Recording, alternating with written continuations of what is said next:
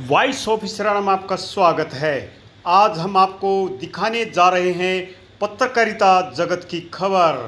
हम आपको सीधा लेकर चल रहे हैं रोड बिशप पंचकुला में, जहां मीडिया वेलबींग एसोसिएशन रजिस्टर्ड के तत्वाधान में संगोष्ठी व पत्रकारों को 10-10 के टर्म इंश्योरेंस पॉलिसी व एक्सीडेंटल पॉलिसी वितरण कार्यक्रम आयोजित हुआ, जिसमें मुख्य अतिथि ज्ञानचंद गुप्ता स्पीकर हरियाणा विधानसभा, विशिष्ट अतिथि विशंबर वाल्मीकि समाज कल्याण मंत्री हरियाणा व मुख्यमंत्री मीडिया एडवाइज़र प्रवीण अत्रे का बुके देकर सम्मान किया।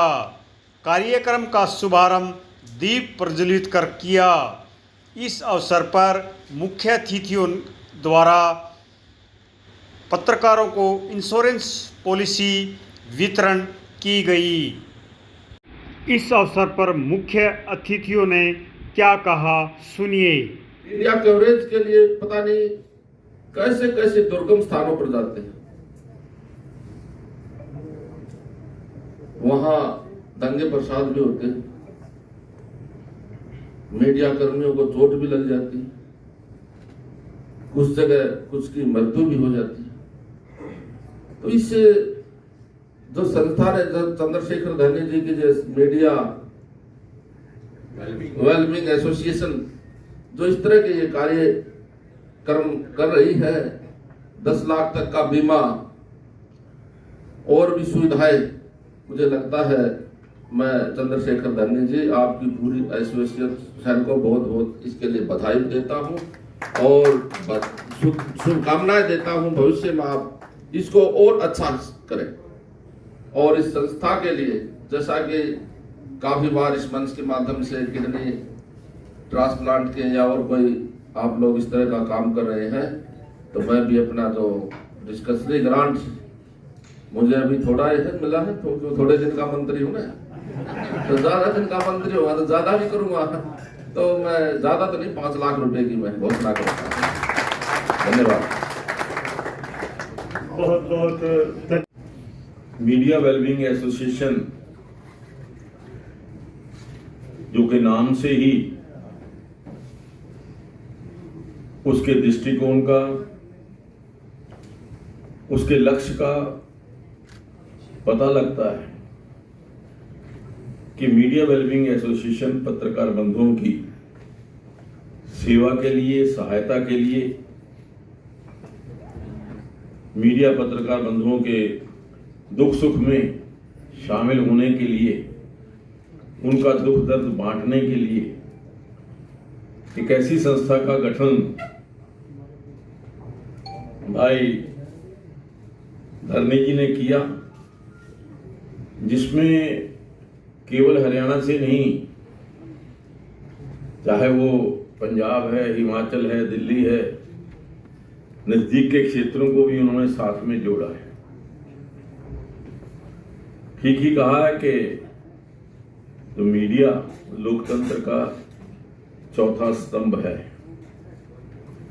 इसमें कोई अतिशयोक्ति नहीं।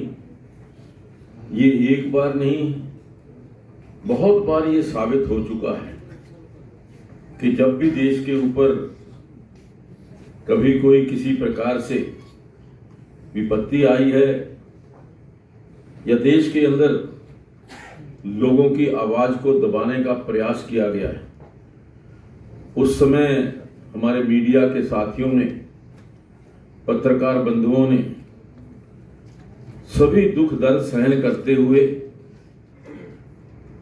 वो जो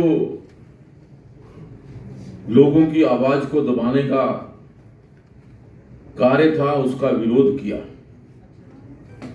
उसकी सबसे बड़ी मिसाल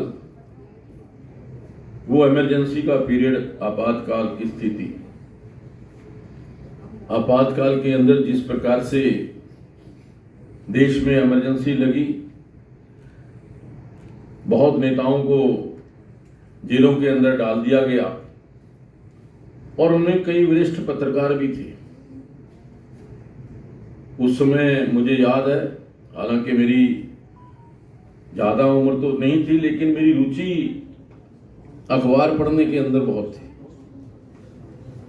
जिस दिन ये इमरजेंसी लगी उसी दिन सभी पत्रकारों के ऊपर, सभी पत्रिकाओं के ऊपर सेंसरशिप लगी। अगले दिन जो अखबार आए वो पूरे के पूरे पेज खाली थे, सिर्फ एक लाइन लिखी हुई थी, सेंसर्ड सेंसर्ड सेंसर्ड। यानी कोई भी न्यूज समाचार पत्र के अंदर कहीं मुश्किल से देखने को मिलती थी किसी तीसरे चौथे पेज के ऊपर कोई एक छोटी सी घटना। लेकिन मैं ये समझता हूं कि उस आपातकाल की स्थिति के अंदर जिस प्रकार का योगदान समाचार पत्रों ने दिया, समाचार पत्र के संपादकों ने दिया, समाचार पत्र के जो हमारे कॉरेस्पॉन्डेंट्स हैं, और उस प्रकार जो उस समय यातनाएं दी गई, जो भी कोई समाचार पत्र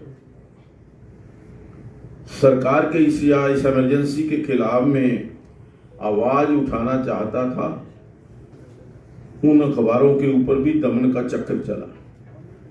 हमें याद है कि पंजाब केसरी अखबार जो उस समय बहुत फेमस था, पंजाब केसरी के अखबार के ऑफिस की बिजली तक काट दी गई ताकि वो पब्लिश ना हो सके, क्योंकि वो स्वतंत्र रूप से खबरें देने से बाज नहीं आए थे, देते रहते थे। बिजली काट दी गई और कितने समाचार पत्रों को बंद किया गया।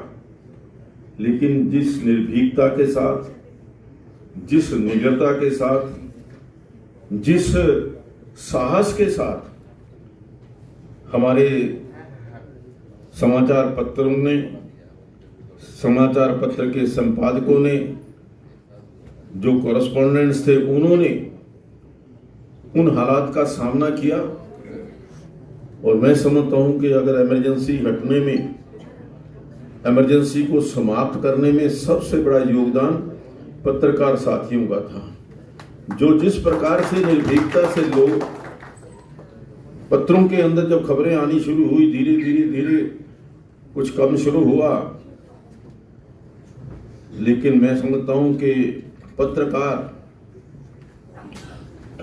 जो हमने कहा कि लोकतंत्र का चौथा स्तंभ, उस लोकतंत्र को बहाल करने में उस समय के सभी पत्रकार बंधुओं का एक बहुत बड़ा योगदान रहा। युवाओं के लिए नई दिशा, युवाओं के लिए एक नई प्रेरणा, बहुत सारे पत्रकों के अंदर, हमें समाचार पत्रों के अंदर पढ़ने को मिलती है, ताकि हमारा युवा उसका देश के प्रति क्या कर्तव्य है। युवा के कार्य मीडिया वेलबींग एसोसिएशन समय समय पर करती रही है, और इसके द्वारा जो हमारे समाचार पत्र, हमारे जो पत्रकार भाई हैं, उनके घरों के अंदर या उनके परिवार के अंदर कभी किसी भी प्रकार से जो कष्ट आता है, उनकी सहायता के लिए, पत्रकारों की किसी भी तकलीफ के अंदर कंधे के साथ कंधा मिलाकर के खड़ा होने के लिए, या पत्रकारों को और सुविधाएं सरकार से किस प्रकार मिल सके, तो मीडिया वेलबींग एसोसिएशन है, कई वर्षों से लगातार कार्य कर रही है। मैं उनको बधाई देता हूं, साधुवाद देता हूं।